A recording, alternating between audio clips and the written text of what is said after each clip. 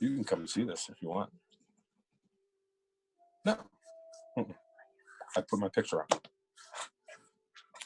All right, everybody. Hello and welcome. I'm Steph Moyer, and I manage communications for FC DELCO. Welcome, Nicole.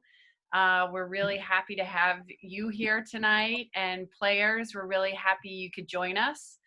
On the Zoom, we have Nicole Barnhart, and we have Rob Smith, who is a current board member. He is a former coach for FC DELCO, and he's a legend in his own right, winning many championships with FC DELCO, and he actually founded the girls program. And I'm going to let him introduce Nicole, and then we'll hop right into it. All right. How's everybody doing? Give me a thumbs up. Give me a thumbs up. Here we go. Here we go. So welcome, and thanks for taking time out of your evening. I want to introduce to you Nicole Barnhart, and I want to tell you a little bit about her before we get started, and she starts answering some of the questions that you guys have provided to her. So I had the opportunity and privilege to actually coach Nicole when she was a youth player. And one of the things I will tell you about Nicole is that she is very quiet, very humble, and very hardworking and talented goalkeeper. One that if I have to describe goalkeepers, I go, she had an unbelievable commanding presence in the box. She was a brilliant shot stopper.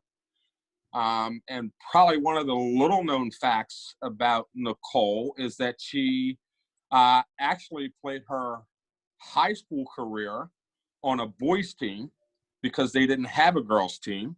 And she also played boys travel until she went to Salterton, I believe. And then she ended up joining us at FC DELCO, and we had a great run. I will also go out and say this publicly, that not only is Nicole in the Hall of Fame for Stanford and FC DELCO, but Nicole, listen to me guys, Nicole is the best goalkeeper to ever play at FC DELCO, girl or guy. Got that? Amazing. So I'm going to tell you just a little bit more. So at Stanford, Nicole was a 3-time All-American, 3-time All-West Region, 3-time All-Pac-10, 3-time academic Pac-10. You know what that is? That means she got good grades. It means she studied hard. So she wasn't just an athlete that floated by. So she put the work in on the field, and she put the work in the classroom. And I advise all of you to do the same. Nicole, upon graduating college, went on to play pro soccer. She played for 4 teams, to my knowledge. She played for the Pride, the Philadelphia Independence, KC, and she's currently playing for the Utah Royals. She's been goalkeeper of the year. She's been best 11. She's a 3-time league champion. She's a 3-time team MVP. Nicole also is a 2-time gold medalist for the U.S. women's national team. So she's played in 2 Olympics and 2 World Cups. So enjoy yourself this evening as you enjoy Nicole. Okay? Take it away, Steph. Awesome. Nicole, do you want to say hello to everybody? Yeah, well, first off, thank you, Rob. I appreciate that introduction. But everybody else, welcome. It's very exciting to see so many of you guys on. I'm excited to have the opportunity to come back and just share a little bit of my time and my knowledge and my experience with my former club team and players from that club. So welcome all of you guys. And if you have any questions along the way, don't feel afraid to type them in the chat. And if we can get to them, we'll answer even more. But yeah, I'm excited to be here. So have fun and enjoy, you guys. Awesome. Well, thank you again for joining us. We're all really, really excited to have this time with you. And you saw the questions that the players submitted. So players, thank you guys for submitting those questions. Let's start. We're going to start like way back, right? Like at the beginning. So how old were you when you started playing soccer? I started playing when I was about 6 or 7 years old. I grew up in the Boyertown area and went and convinced my parents to let me try out for the Boyertown Soccer Club. And at the time, I thought I was actually just trying out for like the rec team, but ended up performing well enough to get invited to play on the boys travel team, which I played with that boys travel team all the way up until pretty much high school, definitely middle school, and then kind of tapered off a little bit. But yeah. Very cool.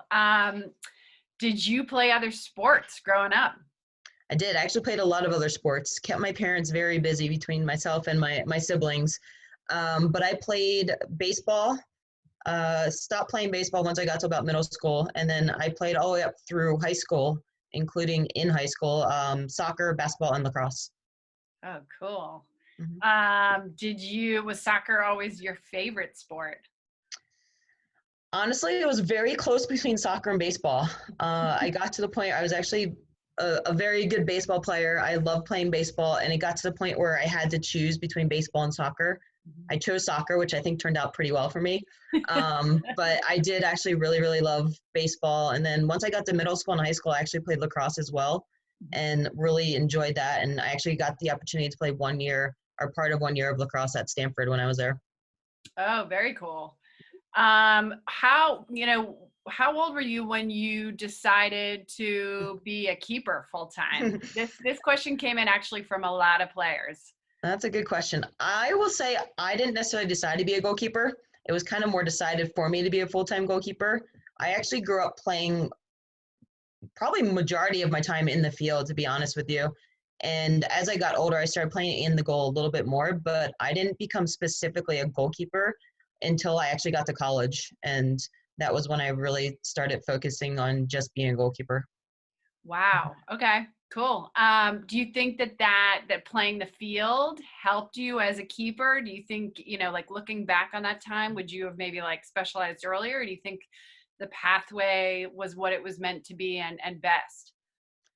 I do think playing in the field helped me tremendously, especially looking back now.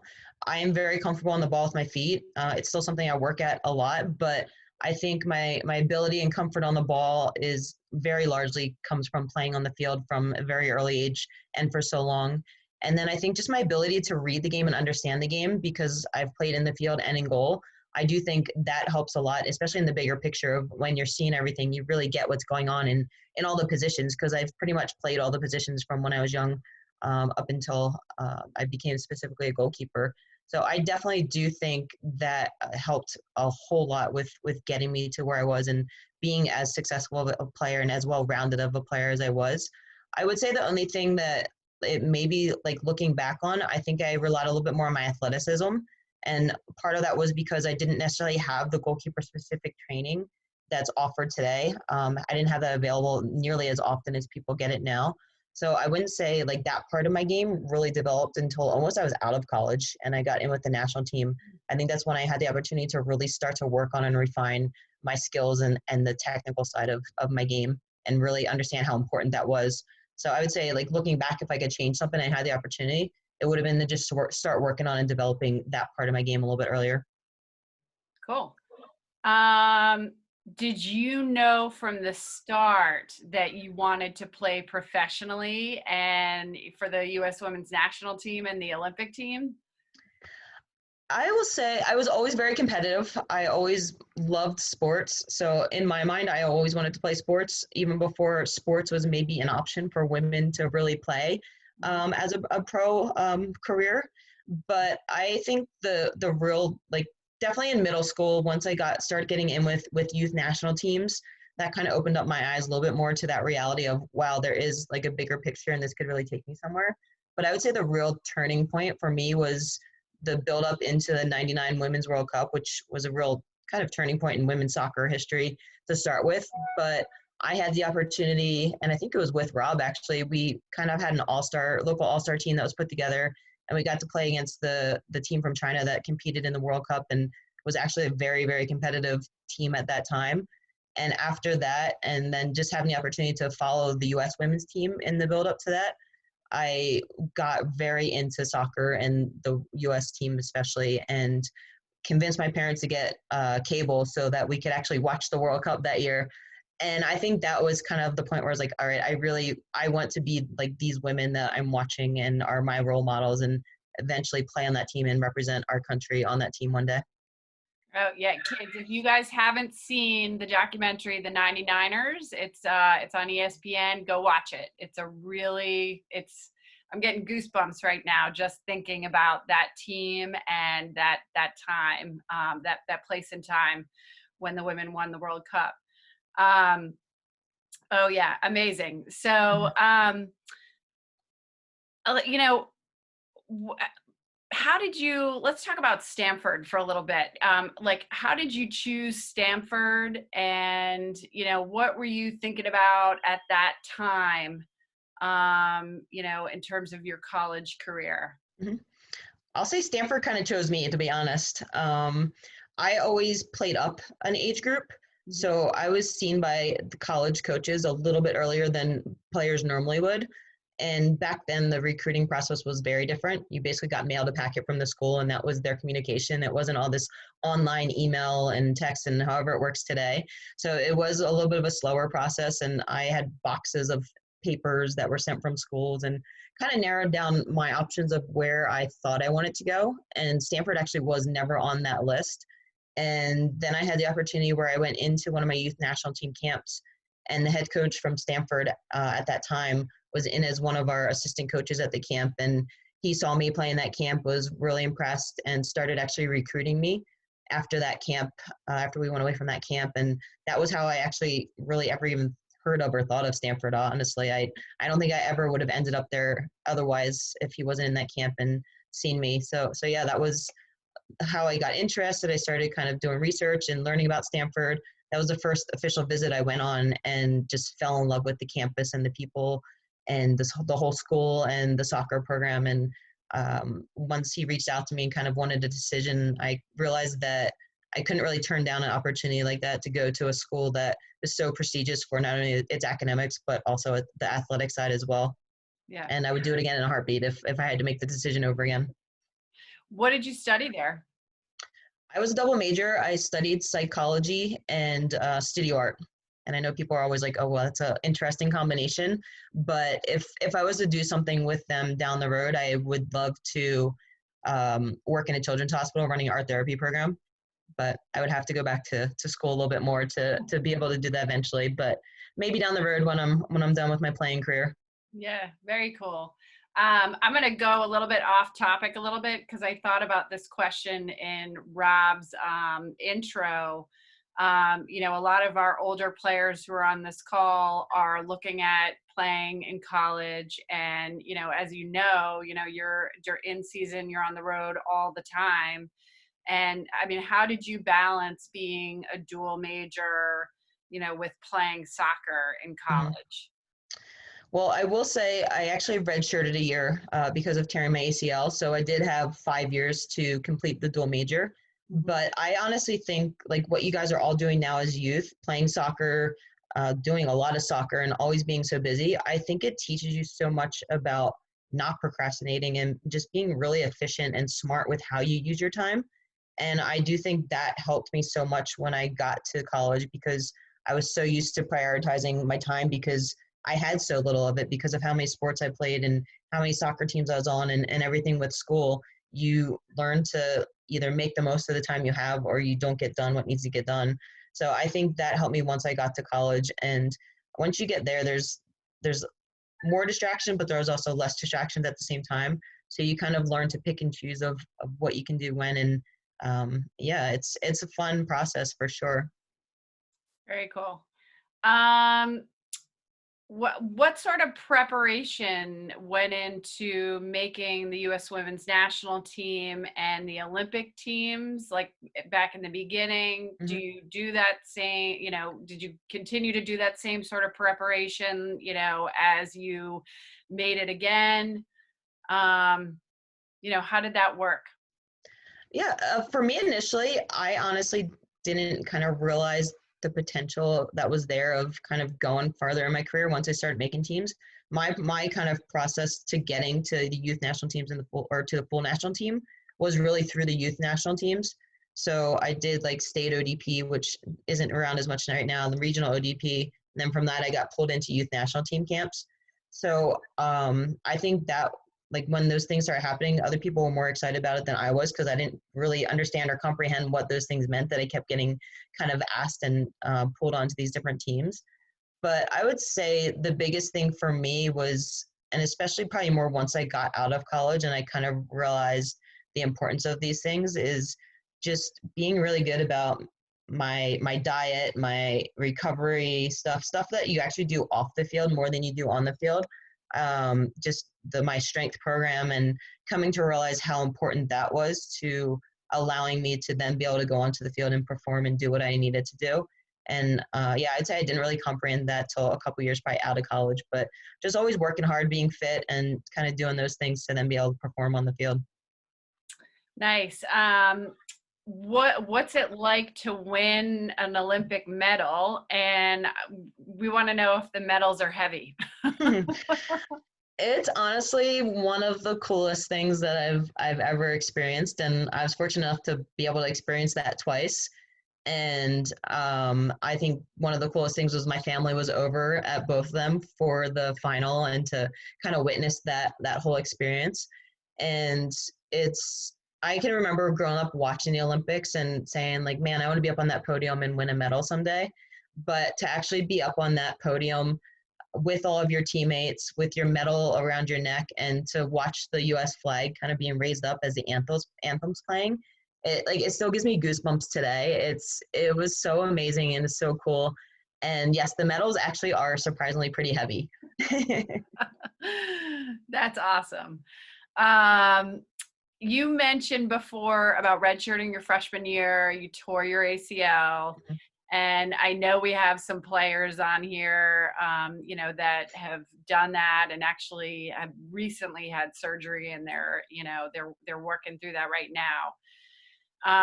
Is there something, in your career, that is some challenge like that, or even that you overcame early on?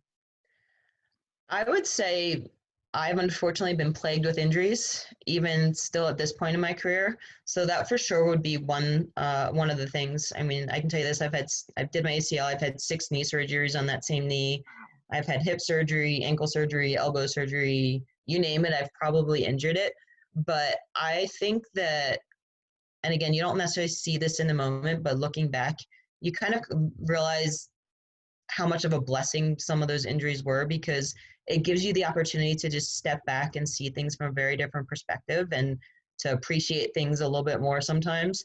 And I think for me, it gave me the opportunity to come back a lot fitter and stronger from each one of them, and a better player, and I think a better person as well.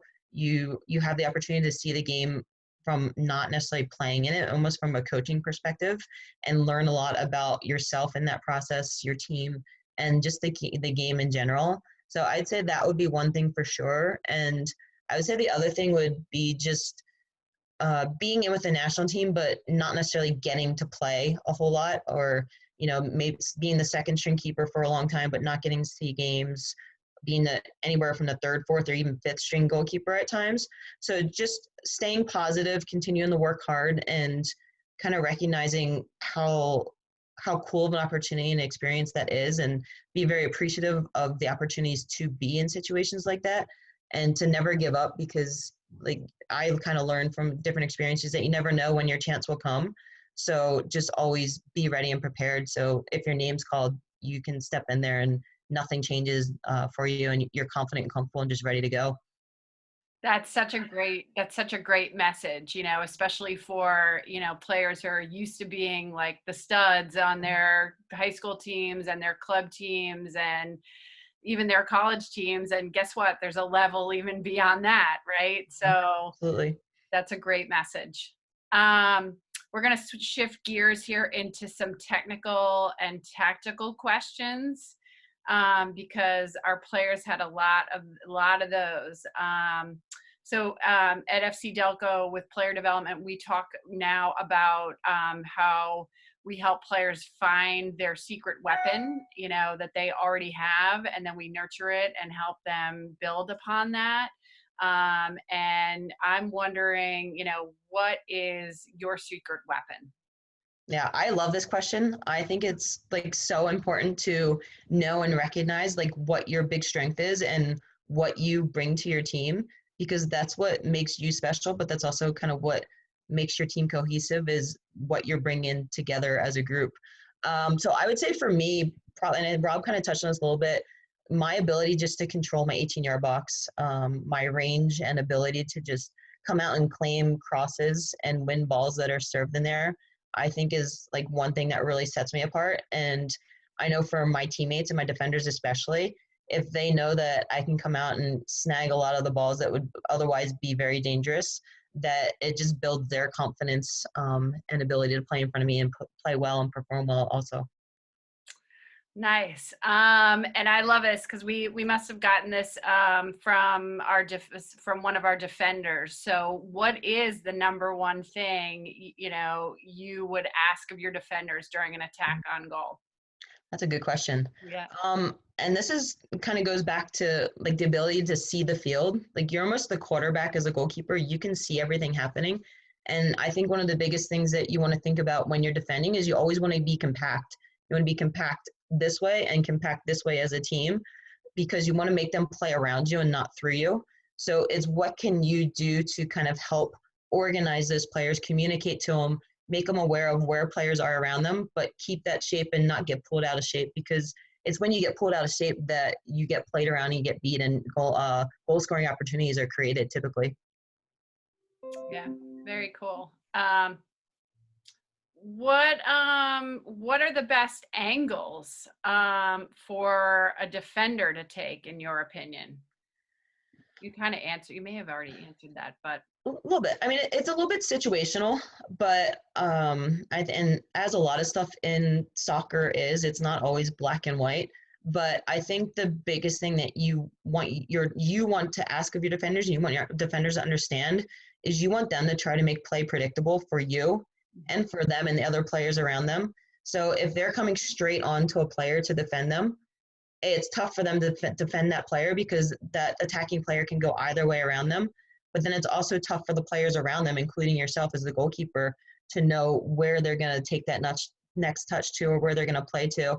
So I think it's as much as you can ask them to just slow down the ball and not always win it and make play predictable, that's the best angle a lot of times that helps all players and not just you as a goalkeeper. Cool. Awesome. I read this question. I was like, oh, I wonder that too, because I think it's just magic. But what's your biggest tip for choosing which way to go when facing a PK? I think you'll hear a lot of different things from different goalkeepers on their theories and kind of logic and what they believe in. For us, once we get kind of to the pro level, we get scouting reports on players. So that helps us make a little bit better of an educated guess of which way that player may go based on their past, several attempts on penalty kicks. But I think you have to realize that you're at the disadvantage. So if you make a save, it's a huge save, but the pressure is really on that shooter and not on you. Some people like to just pick a side and go that way regardless. I think you just have to be careful that you don't go too early, because as you get to a little bit older age groups, players will be good enough that they can recognize that and kind of just tap it down the middle or the way you left. Some people like to wait and try to read the player's hips as they approach the ball, and that becomes a little bit more reactive. So you lose the ability to cover a little bit more range in the goal, but that's some people's preference. And then you even get some people that wait until the ball's actually kicked to really see where it actually even goes, and that's even more reactive and gives you less time. So those are kind of like the three phases. I think it's best to play around with it and see what works best for you and is most comfortable for you, because that's really what it should come down to. Because as a goalkeeper and any player, but I think especially as a goalkeeper, like you're a special goalkeeper, like what you do is different than what everybody else can do, and your abilities and strengths are different. So what may work really well for me may not work really well for someone else, but what may work really well for someone else may not work for me at all. So it's just playing around with it, and it comes from failure and learning from failure and mistakes, and you'll eventually come up with like what is the best version of you for situations like that and other things as well. Nice. Where do you think your biggest opportunity area is, where you want to improve, and what do you do to improve upon it? I think for me, it's probably just striking balls with my feet, being more consistent with my ability to ping balls out exactly how I want to, where I want to, with the right pace, with the right accuracy and precision. So for me, that's just a matter of I'll talk to coach and we'll spend time on it in training sometimes, but it's also me staying after trainings and just getting reps on the ball, because that's what it really comes down to, is just that repetition and muscle memory and just teaching yourself to do it right and accurate and consistent each time. So it's really just spending time on it and trying to improve it, trying to tweak little things in it here and there, and get information and feedback from other people that will help you. Great. What's been your most memorable save or memorable saves throughout your career? Gosh, a lot of saves have happened in my career. I would say probably one of my favorite and most memorable was, it was 2008, and we were in qualifying tournament for the Olympics, and I had the opportunity to play in a couple games. We kind of shared games throughout the regular round of the tournament, and pretty much if we made it to the championship game, we had already qualified for the Olympics itself, which we did.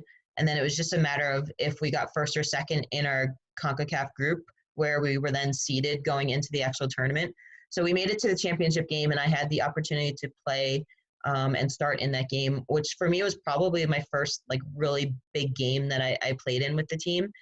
And it ended up actually coming down to penalty kicks, and I saved the penalty kick for us to then win that tournament and get that number one position from our group going into the Olympics. Oh, that's awesome. That's awesome. Very cool.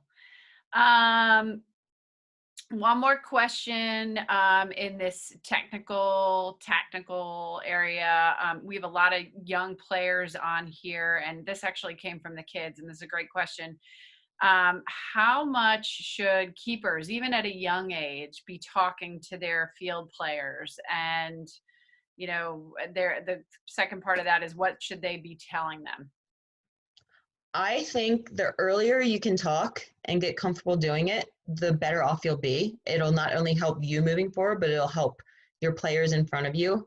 I can tell you this, as Rob said, I'm very quiet, very shy. And growing up, that was like always the feedback I got from a lot of my coaches, especially like youth national team coaches, was you need to work on your communication. You need to work on your communication. And I would say now that's actually like probably one of my strongest parts of my game. And players are always telling me, keep talking to us. It helps so much. So I think it just goes back to what can you be saying to keep the players in front of you organized. And I was kind of taught something that it's called 3 C's. So it's be clear, be concise, and be confident in what you're saying. So you don't want to just be back there being a cheerleader, because if you're just talking constantly and not giving important information, the players around you will just stop listening. So you want to make sure that what you're saying is very timely. It's very like short and sharp and to the point. And also like the tone of how you say it. Like if I need someone to do something immediately, my tone's gonna be a little bit different than if I'm just letting someone know that a player's maybe coming on their shoulder that they need to be aware of. So it's like big things that are very kind of general is just your back line, push up, drop, tuck in, get everybody in that compact shape that we talked about. If you want a player to step to a ball, say their name and, step. And it's again, you want your commands to be very short, but you also want to make sure your players that you're working with understand what you're telling them. So it may be where you have to have a conversation with them and the other players in your team. So you are saying the right stuff to them and they actually understand what you want them to do from it. And yeah, I mean, I think that's a big thing. And then just marking in the box, just make sure players are aware of runners in the box and the players that they need to pick up. And if you can work on those to start, the rest of it will kind of come naturally once you're confident and comfortable with that stuff. Nice. These two are sort of tied in. How do you deal with pressure? and how do you overcome negative thoughts, in a stressful game? Yeah, I mean, there's always pressure. I think for me, I'm fortunate enough where I'm one that doesn't get like super nervous, luckily, but I know that there are people that are. But I think a lot of that comes, part of the reason I don't get nervous is because I feel like I train really hard and I feel like I'm very prepared and comfortable and confident in myself and my abilities when I go into games. So I think that helps me a lot. But I also think, like, I still find soccer so much fun. And I think the less pressure you put on yourselves, the less of that pressure you'll feel. You'll just go out and you'll have fun and you'll enjoy it. And for me, I have fun, but like when I get on the field, I'm just in a zone. Like there's times where I don't hear the fans, I don't hear the coaches, and you just kind of naturally do what you've trained, and it just becomes very instinctual. So you don't have to think very much. And I think the less you can get to that point where you don't have to think, the less that pressure will kind of come with you. And you have to realize you're gonna make mistakes. Nobody has perfect games, and I mean, I can tell you this, I've had big mistakes in games, of recent even, and you just have to realize that there are going to be mistakes, but it's how can you go back and learn from them later on and kind of analyze things and recognize what could have been done differently. And then I think the biggest thing with that too is like realizing you are going to make mistakes and just have the ability to move on from it quickly. And I do think a lot of that goes back to training as well. If you kind of train with that same mentality, where if you make a mistake, you just kind of pick yourself up and like, all right, I'm going to fix this on the next one, instead of just kind of like slumping your shoulders and, throwing a little tantrum or just kind of losing focus. I think that will help a lot. I think, how you train is how you play. So if you train with that mentality of, okay, I just made a mistake, but I'm going to move on and fix it, I think that helps a lot. You'll also find people that kind of have little triggers. Maybe it's like a little word they just say to themselves, or they do something that is just helps basically just reset themselves and refocus. So again, it's a little bit personal. You have to kind of figure out and play around with what works for you. But I think it's really just comes down to knowing you'll make mistakes and just accept that and move on and don't dwell on it. Like if you want to learn from it, go back after the game and watch it or evaluate it if you can, but you shouldn't worry about it in that moment. It's move on, do what you need to do, and then go back to that when you have time and the opportunity to. Cool. That's great advice. Moving on into training and practical sort of life questions, right? How many hours a day do you train? And what are you doing right now? That varies a little bit depending on where we are, if we're in season, out of season, what point of season we're even in. But typically with our team trainings are about an hour and a half tops. There's some times where I'll go out early with coach just because we need to work on something or get more reps in or just get a little bit more time together. Or sometimes I'll stay after to get a little bit more time in. But typically in season, we're at about that hour and a half on field. And then we'll have a lot of meetings, either pre-training or post-training. And we will lift anywhere from 1 to 3 times a week, depending on kind of our game schedule and where we are in season. Out of season, I typically train probably about an hour to an hour and a half again, almost every weekday. But for me, just especially right now with where I am in my career, I actually don't really do any goalkeeping in the off season. I do purely kind of like strength, speed, and agility work and all that stuff. Just give my body a break and my mind a break, but to also kind of really work and develop on those other aspects and components of the game that will help me once I step back on the field. And then, now, obviously different times having to be a little bit creative. I'm fortunate enough where we get stuff sent to us every day from our team. We have usually like a conditioning component and like a body weight strength component stuff that we can do in our apartments. Some people will go outside and do running. I do all of my conditioning on a bike, largely because of like my injuries and stuff that I deal with and kind of just managing them. I haven't had the opportunity to get a lot of touches on the ball just because of our space and having the locations available to do that. But I've even done where I've just done some passing and ball work off my couch in my living room of my apartment just to get some touches and stay sharp. I think for me, the biggest thing is just staying fit and healthy and strong, and knowing that if I can do that, I might not be quite as sharp as where I want to be or need to be with the soccer side and the goalkeeping side, but that'll come back pretty quickly as long as I go in fit and healthy. So we'll hopefully get back out on the field and training sometime soon, and I'll just kind of ease back into all that stuff. But I would say even if you guys can find a wall, go out, goalkeepers, volleyball off the wall, kick the ball off the wall. You can work on little diving shape, technical shape in your living room, even just from your knees. Just little things that you maybe don't get to always focus on when you're in the bigger picture with bigger groups and with your teams, and kind of take this opportunity to work on it now. But I'd say, like, if you can stay fit, sharp, conditioned, that's the biggest thing for you guys probably right now. Cool. This actually is a really good question from Reagan Rubin. And guys, quit it with the chat emojis. Blake, I see you. Stop it. Before all of your injuries, what were some of your favorite things to do to get fit? Ooh, that's a good question. I mean, I used to enjoy going for just like long runs. Mm-hmm. I think as a goalkeeper, you need less of the long stuff and more of the short, sharp, quick stuff. But I would say, especially at your guys' ages, I just played other sports, and that was honestly how I stayed fit.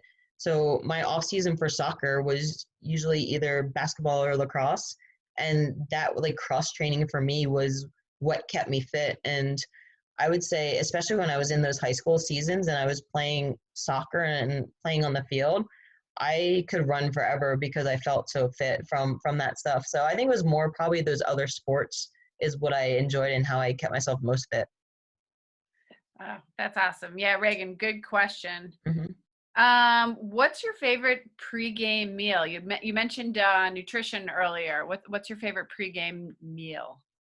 I don't think I'm not like a picky person where I have to eat the same thing before every meal. I'd say I'm picky and with like very nutritious thinking of what I eat, but I'll eat whatever food I have around and available, honestly, as long as I know it's not going to like be heavy and sit in my stomach.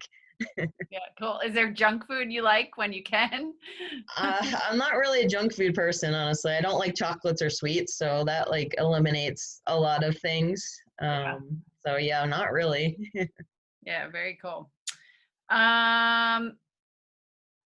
Yeah, so you mentioned a little bit about what you're doing, and a question was, what's a good drill to focus on remaining homebound during this time? Something that can be practiced indoors. Mm-hmm. I would say for goalkeepers, like footwork stuff. Footwork stuff is huge. You can, if you have a wall that's available that you can kick the ball off of, or volley the ball, or even throw the ball off of, little stuff like that where you can just focus on catching, the footwork to get your body behind the ball to catch, even passing stuff, get touches on the ball with your feet to help build up that confidence and being comfortable on the ball. And if you don't have a lot of space or you don't have a wall, you can even just do simple diving stuff like from your knees. It's again, focus on the little things. Just work on that repetition of, I'm going to drop low and kind of shoot my hands to the ball and attack the ball forward. And then you can even work on that reload speed of getting back up to your feet, because I feel like that's something that's not really focused on or worked on a whole lot. And just little things like that. I think it's just make sure it's fun is the big thing right now, especially because, again, it's maybe a little bit repetitive for me. I could be off the bike. I'm on the bike every day right now, but it's still, you have to find some way to make it fun and enjoyable. So stuff like that for sure. Oh, very cool. Guys, you guys can start asking your questions, okay? If you want to just put it in the chat, you can put it to everybody, or you can message me privately. You mentioned footwork as something for now that would be a good thing for keepers to work on. What specific area of play do you think is most important for all goalkeepers to work on, just in general? Mm-hmm. I would say two things. One is like distribution and ability to play with your feet, especially if you want to continue playing on at higher club level, higher college level for sure. With the way the game has kind of changed, the goalkeeper's almost an extra field player back there a lot of times. And for me, I would say I usually touch the ball a lot more with my feet in a game than I typically do with my hands. So that's something that you can work on that will really help set you apart from other goalkeepers, especially nowadays. So just again, going back to what I was saying, that ability to strike a ball, hit your target consistently, be clean with that strike and the accuracy, and just comfortable playing different types of balls to different areas of the field. And I would say, I think one of the probably most undertrained areas of goalkeeping, especially youth goalkeeping, and maybe even more so on the women's side, is crosses and dealing with service in the box. But it's not just having someone like clip a ball into you with nobody around. I think it's working and starting from that point, but getting to the point where you're having to make game-like decisions with players around, so that when you do see those situations in games, again, it's not the first time you're seeing it. You don't have to think about it. It happens naturally, and you're comfortable and confident with what you need to do and how you need to do it. And also that's kind of how you learn your range and your ability and what you can get to, and maybe just knowing immediately and the ball comes off the foot of, all right, that's not my ball, I can't get to it. Now I just have to drop back and set and deal with the next phase of what's going to happen. Cool. This is kind of two questions tied into one. When you were younger, did you have a favorite player? And who's your favorite player now? Ooh, okay. So when I was growing up, one of my favorite goalkeepers, and he's way too old for you guys to know, but was Peter Schmeichel. I would say then on the women's side, as I got a little bit older, I was like, Brianna Scurry was my role model. Some players like Christine Lilly, Mia Hamm. We had 3 kittens growing up, and their names were Scurry, Mia, and Lily. So that goes to show kind of like how much those players meant to me. And I think one of the cool opportunities for me was I then had the opportunity to play alongside all of those players for a little bit with my time with the national team. So to have them as my role models, when I was your guys' age, just growing up and watching them play, and then all of a sudden being on the same team and on the same field and training next to them every day was a really, really cool and special opportunity for me. What was the second part of that question? Who's your favorite player now? Favorite player now? I don't know if I can answer that. I don't have like a favorite team. I would say I'm a soccer junkie.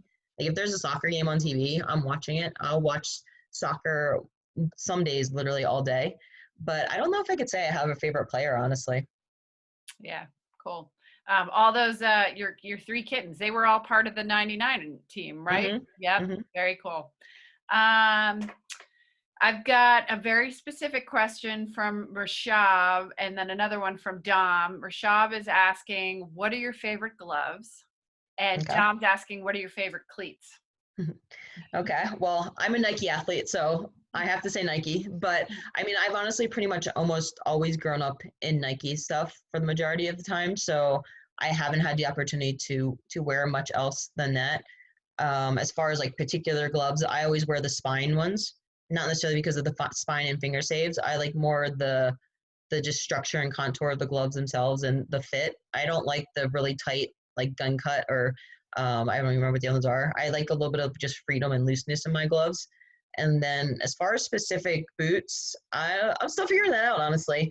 I feel like every time I find a pair that I really like, they change them, and then I don't like them. So I actually just changed boots going into the season, but I didn't get to wear them too often to kind of figure out if they're the ones for sure. I was always into Tiempos until they just changed them recently. Oh, nice. This comes from Abby Augie, who is or Ahi, sorry, Abby. She is a junior this year and she'll be a senior next year. And she would like some advice on keepers going to play college next year, taking it to the next level. Yeah. I'm assuming she means like advice for when she gets there, right? Is that how we're interpreting that? Like what to do, how to stand out? Abby, where are you? Do you want to ask this question? You can unmute yourself. Why don't you? Yeah, I can ask it. So I'm not going to college this year, but I'm going there next year to continue playing. But just like going in, like being like a freshman and like wanting to stand out and get like as much playing time as possible? Yeah, I would say one thing is fitness. You'll get programming probably from your school before you get in there. And I think for me, I thought I was fit until I got to college and realized what college fit really is and what it means. So be fit and then be even more fit than you think you need to be. I think that's one thing, especially as a goalkeeper, that will help you stand out. And I would say, like, once you get in there, have that presence. Communicate well, command your box, be assertive, just be confident in yourself and your abilities, and that will go a long way. Being comfortable with the ball at your feet is a really big thing that I know sets goalkeepers apart for college coaches nowadays. And communication. I think communication is huge.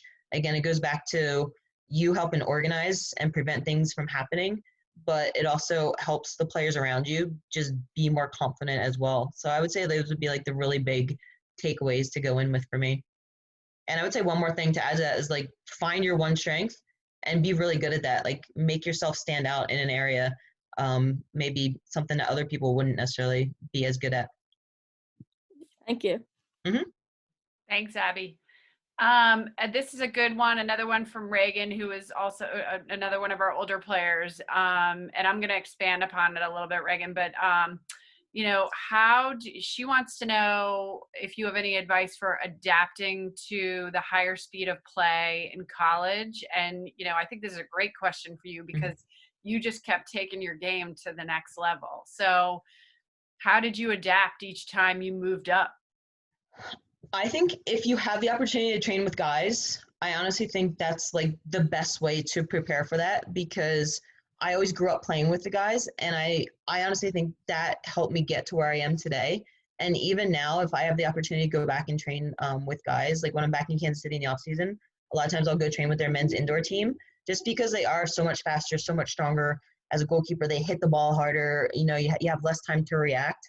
So I think if you have that opportunity, that's probably one of the best ways to really prepare for that change of speed in the game. If you don't have opportunities like that, it's just going to take time once you get into it and get used to it. Unfortunately, there's not much else you can do. You can study the game, watch games, learn from games, and kind of see things from that to help you learn and understand what may happen. But to actually really adapt for that, it sometimes just takes being in that environment for a little bit to be ready for that and really be able to make that jump and transition. Great. This is a really good question. Do you prefer building out of the box or punting? It's a good question. For me, I think a lot of that is a lot of times decided by my team and my coach and how we want to play collectively as a group. I would say probably even Kansas City and here, if we can play out of the back, we're always going to try to play out of the back. I would say even here last year, there's maybe times where we forced it to play out of the back a little bit more because we are a very possession-oriented team, and that was our best style of play. And we didn't necessarily have the biggest players or target players for me to play the ball up to. So a lot of times if we weren't able to play out of the back and I did have to kick it long, and you do have to recognize what's on. Like if it's not on the play out of the back, you don't want to play out of the back just to force it. Yeah. You do have to read that, and that's part of just reading and learning the game. But a lot of times for us, like if I did kick it long because we weren't able to win that ball, a lot of times it would just come kind of right back down our throats and we'd have to defend again. So we, as much as possible, would try to play out of the back, but teams would also recognize that and defend us so we couldn't sometimes. And you get forced then to kick the ball and punt the ball long. Mix it up. Yeah, our style of play, we play out of the back here, especially, you know, as a club that's focused on player development. You know, we want everybody touching the ball. So, yeah, but sometimes to win games, you mix it up, right? Yep. I'm just looking in the chat window, and a question came in about this question. I think this is from Emily, and you know, what's it like seeing the women's game evolve, you know, from not getting a lot of recognition to getting a lot of recognition and getting, I mean, it's, you know, the women's game is in the news every day now. You know, what's it like seeing that? And I'm going to just well, you answer that. I'm going to get up and close my door because it just Okay. go. Okay. No, I mean, I think it's so cool to see the women's game progress and to actually be a little bit of a part of that. As Rob kind of touched on, I didn't have a girls team to play on in middle school or high school. They even club, like I started playing on the boys club team because there wasn't a girls club team in my area. And now that's almost unheard of for there not to be a girls club team in the area or not to be a girls high school team in a lot of areas. So that's, I'd say, one like big transition that I've seen. And then even just like the women's pro league that I'm in now, there've been, this is the third version of a women's pro league because the first two didn't last past 3 seasons just because the support wasn't there, the funding wasn't there. And to now see that this league is going into its 8th season and how many fans come out to games and how many fans are like true diehard fans of the sport and know players and recognize players and just like to go out in public and have fans, here come up and recognize me and talk and that wouldn't have happened even 10 years ago necessarily, even on the national team. Like there were games with the national team where we were in a send-off right before we were leaving to go to a World Cup or Olympics and only had maybe 3,000 people at a game. And just to see now they pack stadiums and sell out stadiums. So it is like a really, really, really exciting transition to see. I do still think the women's game has a little bit of growing to do to really get where it wants to be. But it is fun to see how appreciated the sport has become. And I think a lot of times it's just getting fans to their first game or to see their first women's game until it's all it takes to get them hooked. And a lot of fans honestly will say that they enjoy the women's game more once you get them to that game. So I think it's a little bit of just that awareness of getting people watching, all of you young players out there, boys and girls, should be watching the women's game and supporting it because it's all a big part of your future, regardless of which side you're on. Yeah, very cool. Well, we've got about 3 minutes left. And this has been awesome, Nicole. Thank you so much. Is there anything else that, you'd like to share or any advice or any? Gosh, I feel like we've hit on a lot of it. Yeah. I would say just, especially with the times we're in right now, just take it day by day. Again, make sure it's fun, you're enjoying things. Do things outside of soccer to have fun and kind of just stay lighthearted and just always prep and prepare and do what you can do and do what you can control. I think that's the biggest thing is you can only control what you can control, whether it's now, whether it's playing time on a team. You just always do your best, prepare your best, and that applies to life in general too. And I think, soccer and sport in general is such a great way to learn a lot about life. So take in those lessons, the goods, the bads. You'll learn from all those moments and appreciate them and enjoy it because you guys, it'll fly by. You'll be done your youth soccer before you know it. So definitely enjoy it and make the most of it because it's cool. It's a really cool opportunity. It's a really cool experience to have sports and soccer growing up. Awesome. Well, I'm going to just let the kids say thank you. Okay. And thank you so much for being here and answering all of our questions. And everybody, thank you guys for being here. I'll let you guys say goodbye as you're getting off. And everybody take care. Thank you. You're welcome. Thank you. You're welcome. Thank you. Bye. Thank you. Bye. Thank you. Bye. Bye. Thank you. Bye. Bye. Thank you. Bye. Nicole, thank you so much. That was awesome. Yeah, of course. That was fun. I enjoy doing that. So. Yeah, cool. Well, take care, and we can't wait to see you guys back out on the pitch, and yes, we'll be watching. Sounds good. Yeah, Take care, guys. thank you, Nicole. All right, take care. Great job. Thanks. Yeah, really good job. Thank you.